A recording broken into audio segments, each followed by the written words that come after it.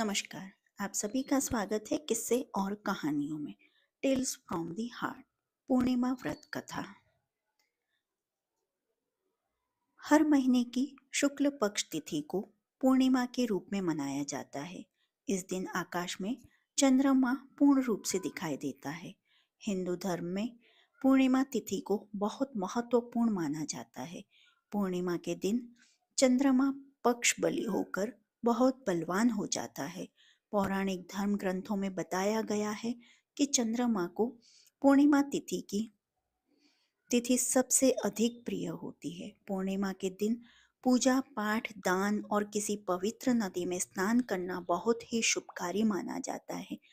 साल भर में 12 पूर्णिमा आती हैं, जिनमें से कार्तिक पूर्णिमा, माघ पूर्णिमा, शरद पूर्णिमा, गुरु पूर्णिमा, बुद्ध पूर्णिमा आदि पूर्णिमा मुख्य रूप से मनाई जाती हैं।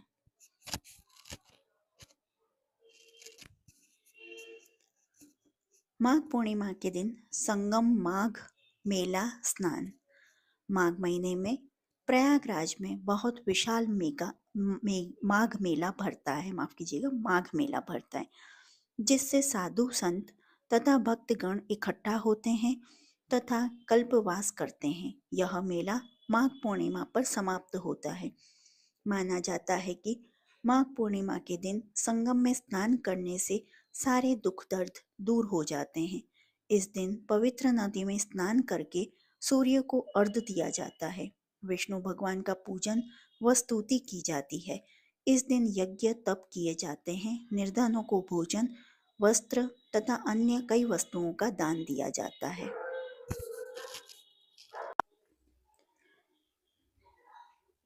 पूर्णिमा व्रत के लाभ। अगर आप मानसिक कष्टों से मुक्ति पाना चाहते हैं तो पूर्णिमा का व्रत अवश्य करें।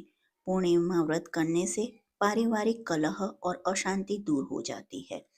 जिन व्यक्तियों की कुंडली में चंद्र ग्रह पीड़ित और दूषित है और इस ग्रह की वजह से जीवन में बहुत समस्याएं आ रही हैं, उन्हें पूर्णिमा व्रत अवश्य करना चाहिए। पूर्णिमा के दिन शिवलिंग पर शहद, कच्चा दूध, बेलपत्र, शमी पत्र अर्पित करने से भगवान शिव की कृपा प्राप्त होती है और सभी प्रकार की बीमारियों से भी मुक्ति मिलती है। जो लोग अकारण डरते हैं या मानसिक चिंता से ग्रसित रहते हैं, उन्हें पूर्णमासी व्रत अवश्य करना चाहिए। लंबा और प्रेम भरा वैवाहिक जीवन व्यतीत करने के लिए भी पूर्णिमा व्रत करना बहुत ही शुभ माना जाता है। पूर्णिमा व्रत में यज्ञ और अन्य मांगलिक कार्य जैसे विवाह, देव प्रतिष्ठा आदि करना बहुत ही शुभ होता है। भगवान शिव की पूजा और अन्य धार्मिक कार्यों को करने के लिए पूर्णिमा तिथि को शुभ माना गया है। माघ, कार्तिक, ज्येष्ठ और आषाढ़ मास में आने वाली पूर्णिमा को बहुत महत्वपूर्ण माना जाता है। इस दिन दान करने से सभी मनोकामनाओं की पूर्ति होती है। अगर आप समस्त पूर्णिमा का व्रत नहीं कर सकते हैं तो कार्तिक शुक्ल पूर्णिमा का व्रत अवश्य करें। जो भी स्त्री पूर्णमासी का व्रत करती है वह हमेशा सौभाग्यशाली रहती है। पूर्णिमा व्रत पूजन विधि। हमारे धर्मशास्त्रों में बताया गया है कि पूर्णिमा तिथि को किसी पवित्र नदी में स्नान करना शुभ होता है। अगर आप किसी नदी में स्नान नहीं कर सकते हैं तो आप अपने नहाने के पानी में थोड़ा सा गंगा जल मिलाकर घर पर ही स्नान कर सकते हैं। पूर्णिमा तिथि पर पितृ तर्पण करना भी बहुत शुभ माना जाता है। पूर्णिमा के दिन प्रातः काल स्नान करने के पश्चात संकल्प लेकर पूरे विधि विधान से चंद्र देव की पूजा कर अर्चना करें। चंद्रमा की पूजा करते समय ओम सोम सोमाय नमः मंत्र का जाप करें। भगवान शिव को चंद्रमा अत्यंत प्रिय है। चंद्रमा भगवान शिव की जटाओं में विराजमान रहते हैं, इसलिए पूर्णिमा के दिन चंद्रमा की पूजा के साथ साथ भगवान शिव की पूजा करने से मनचाहे फलों की प्राप्ति होती है। चंद्रमा एक स्त्री प्रधान ग्रह है, इसलिए इसे माँ पार्वती का प्रतीक भी माना जाता है। अगर आप पूर्णिमा तिथि के दिन भगवान शिव के साथ साथ माँ पार्वती और संपूर्ण शिव परिवार की पूजा करते हैं तो इससे आपको सभी मनोकामनाएं पूरी हो जाएंगी। निम्नलिखित मंत्र से शिव जी को स्नान कराएं। मंदार मलाक्कू ली जाल कराए, कपाल माल किंत शेखराय, दिव्यांबराय च सरस्वती रेवापयोषणी नर्मदा जले स्नापितासि मया देवी तेन शांति पुरुषव में। निम्नलिखित मंत्र से पार्वती जी को स्नान कराएं। नमो देव्ये महादेव्ये सतत नमः। नमः प्रकृते भद्राय नीता प्रणतास्तदानम। पूर्णिमा कथा श्रवण करें, चालीसा आरती करें, भगवान को भोग लगाएं और प्रसाद वितरण करें। पूर्णमासी व्रत कथा। द्वापर युग में एक समय की बात है कि यशोदा जी ने कृष्ण से कहा, हे कृष्ण, तुम सारे संसार के उत्पन्न करता, पोषक तथा उसके संहार करता हो। आज कोई ऐसा व्रत मुझसे कहो जिसके करने से मृत्यु लोक में स्त्रियों को विधवा होने का भय न रहे तथा यह व्रत सभी मनुष्यों की मनोकामना पूर्ण करने वाला हो। श्री कृष्ण कहने लगे, हे माता, तुमने अति सुंदर प्रश्न किया है। मैं तुमसे ऐसे ही व्रत को सविस्तार कहता हूँ। सौभाग्य की प्राप्ति के लिए स्त्रियों को 32 पूर्णमासियों का व्रत करना चाहिए। इस व्रत के करने से स्त्रियों को सौभाग्य संपत्ति मिलती है। यह व्रत अचल सौभाग्य देने वाला एवं भगवान शिव की प्रति मनुष्य मात्र की भक्ति को बढ़ाने वाला है। यशोदा जी कहने लगी, हे कृष्ण, सर्वप्रथम इस व्रत को मृत्यु लोक में किसने किया था, इसके विषय में विस्तार पूर्वक मुझसे कहो। श्री कृष्ण जी कहने लगे कि इस भूमंडल पर एक अत्यंत प्रसिद्ध राजा चंद्रहास से पलित अनेक प्रकार के रत्नों से परिपूर्ण कातिका नाम की एक नगरी थी। वहां पर धनेश्वर नाम का एक ब्राह्मण था और उसकी स्त्री अति सुशीला रूपवती थी। दोनों ही उस नगरी में बड़े प्रेम के साथ रहते थे। घर में धन धान्य आदि की कमी नहीं थी। उनको एक बड़ा दुख था कि उनकी कोई संतान नहीं थी। इस दुख से वह अत्यंत दुखी रहते थे। एक समय एक बड़ा तपस्वी योगी उस नगरी में आया। वह योगी उस ब्राह्मण के घर को छोड़कर अन्य सब घरों से भिक्षा लाकर भोजन किया करता था। रूपवती से वह भिक्षा नहीं लिया करता था। उस योगी ने एक दिन रूपवती से भिक्षा न लेकर किसी अन्य घर से भिक्षा लेकर गंगा किनारे जाकर भिक्षान्न को प्रेम पूर्वक खा रहा था कि धनेश्वर ने योगी का यह सब कार्य किसी प्रकार से देख लिया। अपनी भिक्षा के अनादर से दुखी होकर धनेश्वर योगी से बोला, महात्मन, आप घरों से भिक्षा लेते हैं परंतु मेरे घर की भिक्षा कभी भी नहीं लेते, इसका कारण क्या है? योगी ने कहा कि निसंतान के घर से की भीख पतितों के अन्न के तुल्य होती है और जो पतितों का अन्न खाता है वह भी पतित हो जाता है। क्योंकि तुम निसंतान हो, अतः पतित हो जाने के भय से मैं तुम्हारे घर की भिक्षा नहीं लेता हूँ। धनेश्वर यह बात सुनकर अपने मन में बहुत दुखी हुआ और हाथ जोड़कर योगी के पैरों पर गिर पड़ा तथा अतर भाव से कहने लगा, हे महाराज, यदि ऐसा है तो आप मुझको पुत्र प्राप्ति का उपाय बताइए। आप सर्वज्ञ हैं, मुझ पर अवश्य ही यह कृपा कीजिए। धन की मेरे घर में कोई कमी नहीं, परंतु मैं पुत्र न होने के कारण अत्यंत दुखी हूँ। आप मेरे इस दुख का हरण करें।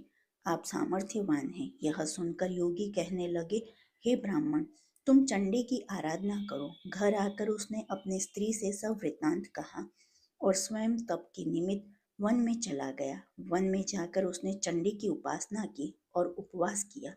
चंडी ने 16वें दिन उसको स्वप्न में दर्शन दिया और कहा, हे धनेश्वर, जा, तेरे पुत्र होगा, परंतु वह 16 वर्ष की आयु में ही मृत्यु को प्राप्त हो जाएगा। यदि तुम दोनों स्त्री पुरुष 32 पूर्णमासियों का व्रत विधि पूर्वक करोगे तो वह दीर्घायु होगा। जितनी तुम्हारी सामर्थ्य हो आटे के दिए बनाकर शिव जी का पूजन करना, परंतु पूर्णमासी को 32 जो हो जाने चाहिए। प्रातः काल होने पर इस स्थान के समीप ही तुम्हें एक आम का वृक्ष दिखाई देगा। उस पर तुम चढ़कर एक फल तोड़कर शीघ्र अपने घर चले जाना।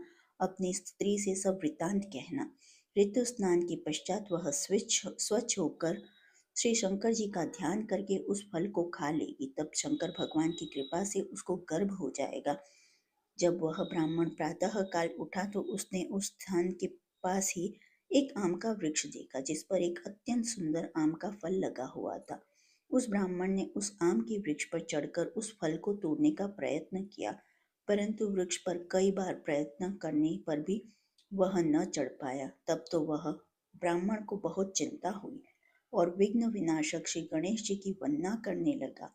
हे दयानिधि, अपने भक्तों के विघ्नों का नाश करने के लिए, उनके मंगल कार्य को करने वाले, दुष्टों का नाश करने वाले, रिद्धि सिद्धि के देने वाले, आप मुझ पर कृपा करके इतना बल दें कि मैं अपने मनोरथ को पूर्ण कर सकूं। इस प्रकार गणेश जी की प्रार्थना करने पर उनकी कृपा से धनेश्वर वृक्ष पर चढ़ गया और उसने एक अति सुंदर आम का फल देखा। उसने विचार किया कि जो वरदान से फल मिलता है वह यह है और कोई फल दिखाई नहीं देता। उस धनेश्वर ब्राह्मण ने जल्दी से उस फल को तोड़कर अपनी स्त्री को लाकर दिया और उसकी स्त्री ने अपने पति की कथा अनुसार उस फल को खा लिया और वह गर्भवती हो गई। देवी जी की असीम कृपा से उसे एक अत्यंत सुंदर पुत्र उत्पन्न हुआ, जिसका नाम उन्होंने देवी दास रखा। माता पिता के हर्ष और शोक के साथ वह बालक शुक्ल पक्ष की चंद्रमा की भांति अपने पिता के घर में बढ़ने लगा। भवानी की कृपा से वह बालक बहुत ही सुंदर, सुशील और विद्या पढ़ने में बहुत ही निपुण हो गया।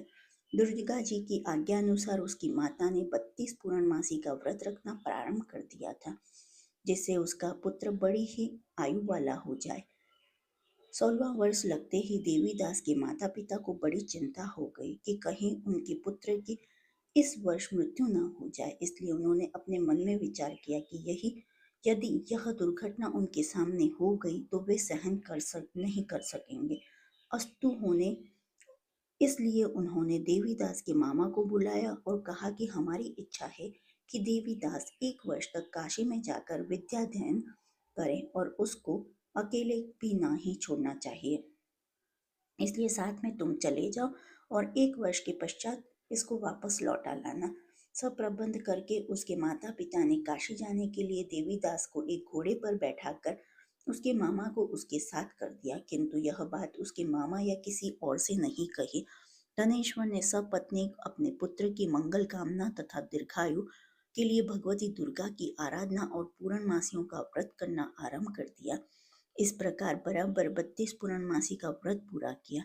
कुछ समय पश्चात एक दिन वह दोनों मामा और भांजा मार्ग में रात्रि बिताने के लिए किसी ग्राम में ठहरे हुए थे। उस दिन उस गांव के एक ब्राह्मण की अत्यंत सुंदर, सुशीला, विदुषी और गुणवती कन्या का विवाह होने वाला था। जिस धर्मशाला के अंदर वर और उसकी बारात ठहरी हुई थी, उसी धर्मशाला में देवीदास और उसके मामा भी ठहरे हुए थे। संयोगवश कन्या को तेल आदि चढ़ाकर मंडप आदि का कृत्य किया गया तो लग्न के समय वर को धनुर्वात हो गया। अस्तु वर के पिता ने अपने कुटुंबियों से परामर्श करके निश्चय किया कि यह देवीदास मेरे पुत्र जैसा ही सुंदर है, मैं इसके साथ ही लग्न करा दूं और बाद में विवाह के अन्य कार्य मेरे लड़के के साथ हो जाएंगे। ऐसा सोचकर देवीदास के मामा से जाकर बोला कि तुम थोड़ी देर के लिए अपने भांजे को हमें दे दो, जिससे विवाह के लग्न का सब कृत्य सुचारू रूप से हो सके। तब उसका मामा कहने लगा कि जो कुछ भी मधुपर्क आदि कन्यादान के समय वर को मिले वह सब हमें दे दिया जाए, तो मेरा भांजा इस बारात का दूल्हा बन जाएगा। यह बात वर के पिता ने स्वीकार कर लेने पर उसने अपना भांजा वर बनाने के लिए भेज दिया और उसके साथ सब विवाह कार्य रात्रि में विधि पूर्वक संपन्न हो गया। पत्नी के साथ वह भोजन न कर सका और अपने मन में सोचने लगा कि न जाने यह कैसी स्त्री होगी। वह एकांत में इसी सोच में गर्म निश्वास छोड़ने लगा तथा उसकी आंखों में आंसू भी आ गए। तब वधु ने पूछा कि क्या बात है, आप इतनी उदासीन व दुखी क्यों हो रहे हो।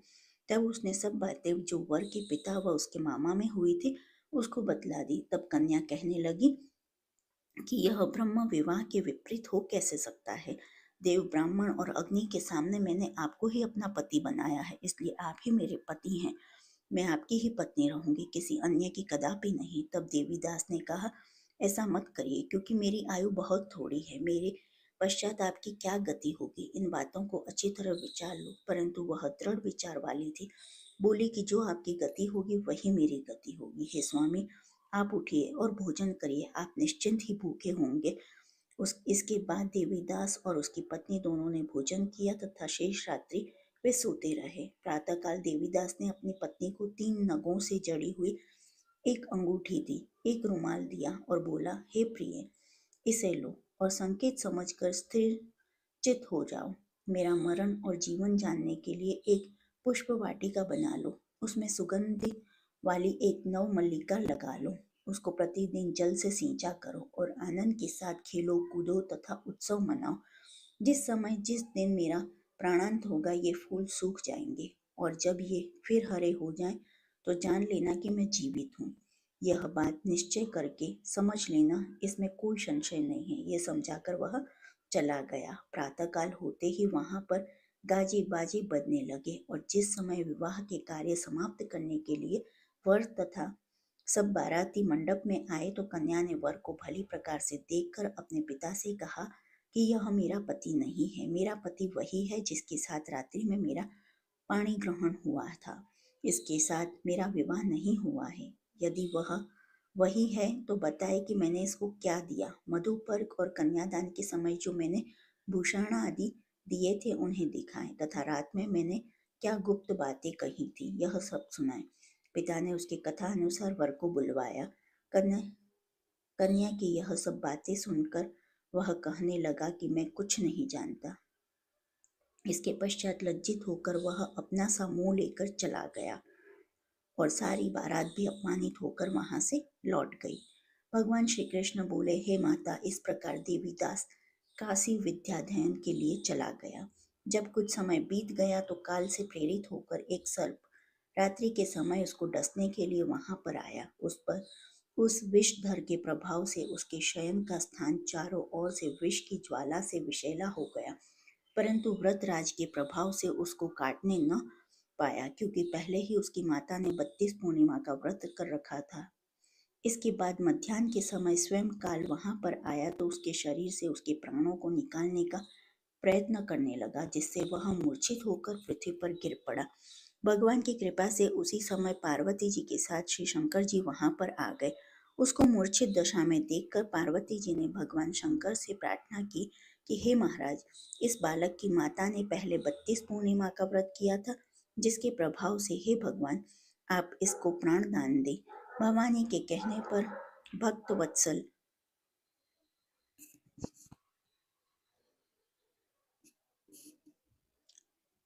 भगवान श्री शिव जी ने उसको प्राणदान दे दिया। इस व्रत के प्रभाव से काल को भी पीछे हटना पड़ा और देवीदास स्वस्थ होकर बैठ गया। उधर उसकी स्त्री उसके काल की प्रतीक्षा किया करती थी। जब उसने देखा कि उस पुष्प वाटिका में पत्र पुष्प कुछ भी नहीं रहे तो उसको अत्यंत आश्चर्य हुआ और जब वह वैसे ही हरी भरी हो गई तो वह जान गई कि वह जीवित हो गए हैं। यह देखकर वह बहुत प्रसन्न मन से अपने माता पिता से कहने लगी कि पिताजी, मेरे पति जीवित हैं, आप उनको ढूंढिए। जब 16वां वर्ष व्यतीत हो गया तो देवीदास भी अपने मामा के साथ काशी से चल दिया। इधर उसे ससुर उसको ढूंढने के लिए अपने घर से जाने वाले ही थे कि वह दोनों मामा भांजा वहां पर आ गए। उसको आया देखकर उसका ससुर बड़ी प्रसन्नता के साथ अपने घर में ले गया। उस समय नगर के निवासी भी वहां इकट्ठे हो गए और सबने निश्चय किया कि अवश्य ही इस बालक के साथ इस कन्या का विवाह हुआ था। उस बालक को जब कन्या ने देखा तो पहचान लिया और कहा कि यह तो वही है जो संकेत करके गया था।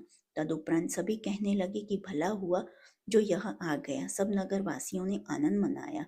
कुछ दिन बाद देवीदास अपनी पत्नी और मामा के साथ अपने ससुर के घर से बहुत सा उपहार आदि लेकर अपने घर के लिए प्रस्थान किया।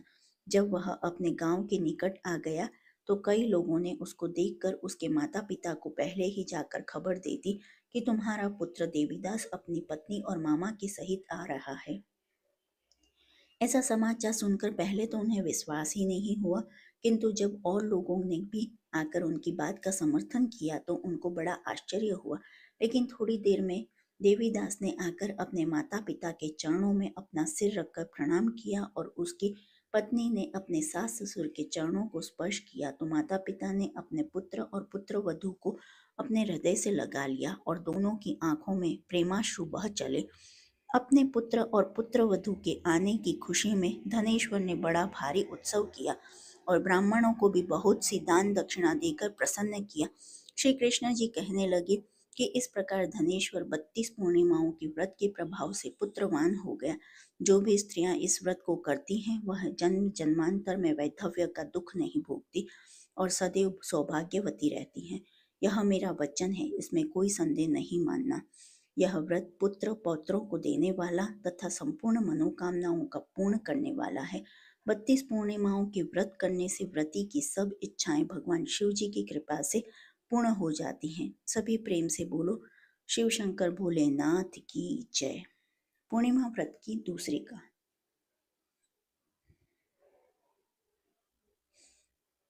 एक कथा के अनुसार साहूकार के 2 पुत्रियां थी। दोनों पुत्रियां पूर्णिमा का व्रत रखती थी, लेकिन बड़ी पुत्री पूरा व्रत करती थी और छोटी पुत्री अधूरा व्रत करती थी। इसका परिणाम यह हुआ कि छोटी पुत्री की संतान पैदा होते ही मर जाती और उसने पंडितों से इसका कारण पूछा तो उन्होंने बताया कि तुम पूर्णिमा का अधूरा व्रत करती थी, जिसके कारण तुम्हारी संतान पैदा होते ही मर जाती है। पूर्णिमा का व्रत विधि पूर्वक करने से तुम्हारी संतान जीवित रह सकती है। उसने पंडितों की सलाह पर पूर्णिमा का व्रत विधि पूर्वक किया। बाद में उसे एक लड़का पैदा हुआ जो कुछ दिनों बाद ही फिर से मर गया। उसने लड़के को एक पाटे मतलब पीढ़ा पर लेटा कर ऊपर से कपड़ा ढक दिया। फिर बड़ी बहन को बुला कर लाई। बैठने के लिए वह पाटा दे दिया। बड़ी बहन जब उस पर बैठने लगी तो उसका घाघरा बच्चे को छू गया। बच्चा घाघरा छूते ही रोने लगा। तब बड़ी बहन ने कहा, तुम मुझे कलंक लगाना चाहती थी, मेरे बैठने से यह मर जाता। तब छोटी बहन बोली, यह तो पहले से मरा हुआ था, तेरे ही भाग्य से यह जीवित हो गया है, तेरे पुण्य से ही यह जीवित हुआ है। उसके बाद में नगर में उसने ढिंडोरा पिटवा दिया कि सभी पूर्णिमा का व्रत करें। चंद्रमा की आरती। ओम जय सोमदेवा स्वामी जय सोमदेवा, दुखी हरता सुखी करता, दुखी हरता सुखी हरता, जय आनंद करता।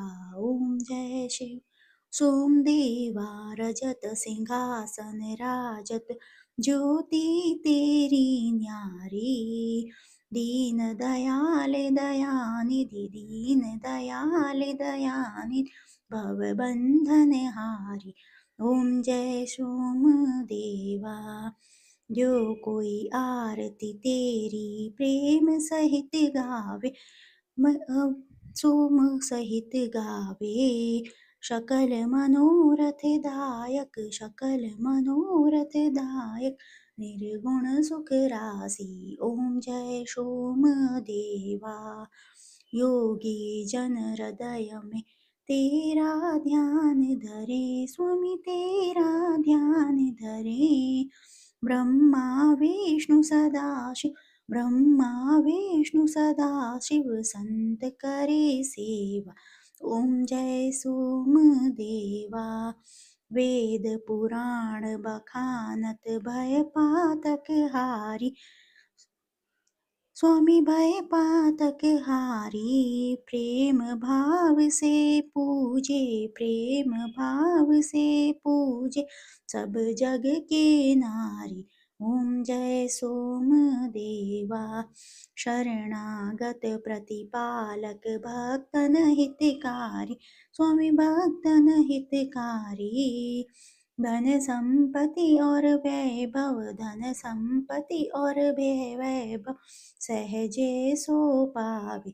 ओम जय सोम देवा, विश्व चराचर पालक ईश्वर अविनाशी, स्वामी ईश्वर अविनाशी, सब जग के नर नारी, सब जग के नर नारी, पूजा पाठ करे। ओम जय सोम देवा, स्वामी जय सोम देवा। चंद्रमा की दूसरी आरती। ओम जय श्री चंद्रयति, स्वामी जय श्री चंद्रयति, अजर अमर अविनाशी, अजय अमर अविनाशी, योगी योगपति। ओम जय श्री चंद्रयति संतन पथ प्रदर्शक भक्तन सुखदाता स्वामी भक्तन सुखदाता अगम निगम प्रचारक अगम निगम प्रचारक कलिमहि भव त्राता ओम जय चंद्रयति कर्ण कुंडल कर तुम्बा गल से ली साजे स्वामी गल से ली साजे कमलिया के साहिब कमलिया के साहिब चहु दिश के राजे ओम जय चंद्र देवा अचल अडोल समाधि पद्मासन सोहे स्वामी पद्मासन सोहे बालयति बनवासी बालयति बनवासी देखत जाग मोहे ओम जय सोम देवा कटी कोपिन तन भस्मी जटा मुकुट धारी स्वामी जटा मुकुट धारी धर्म हत जग प्रगटे धर्म हत जग प्रगटे शंकर त्रिपुरारी ओम जय सोम देवा बाल छवि अति सुंदर निश दिन मुस्काते स्वामी निश दिन मुस्काते भ्रुकुटि विशाल सुलोचन भ्रुकुटि विशाल सुलोचन निजानंद राते ओम जय सोम देवा उदासीन आचार्य करुणा कर देवा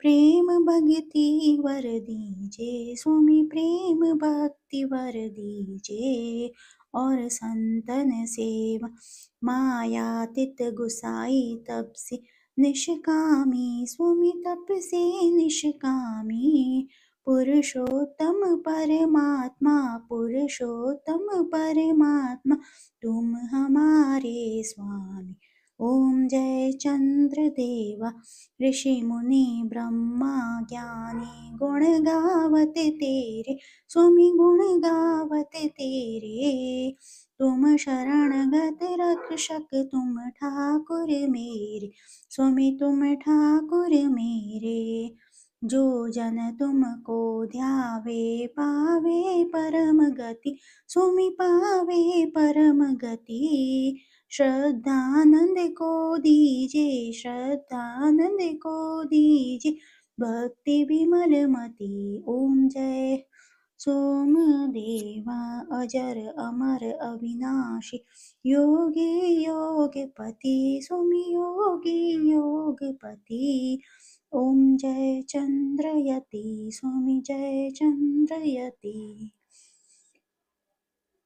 बोले पूर्णिमा की जय बोले शंकर भगवान की जय। जो आपको ये कहानी पसंद आई हो तो please like share and subscribe करें। देखने के लिए धन्यवाद। जय हिंद जय भारत और कमेंट बॉक्स में लिखें हर हर महादेव।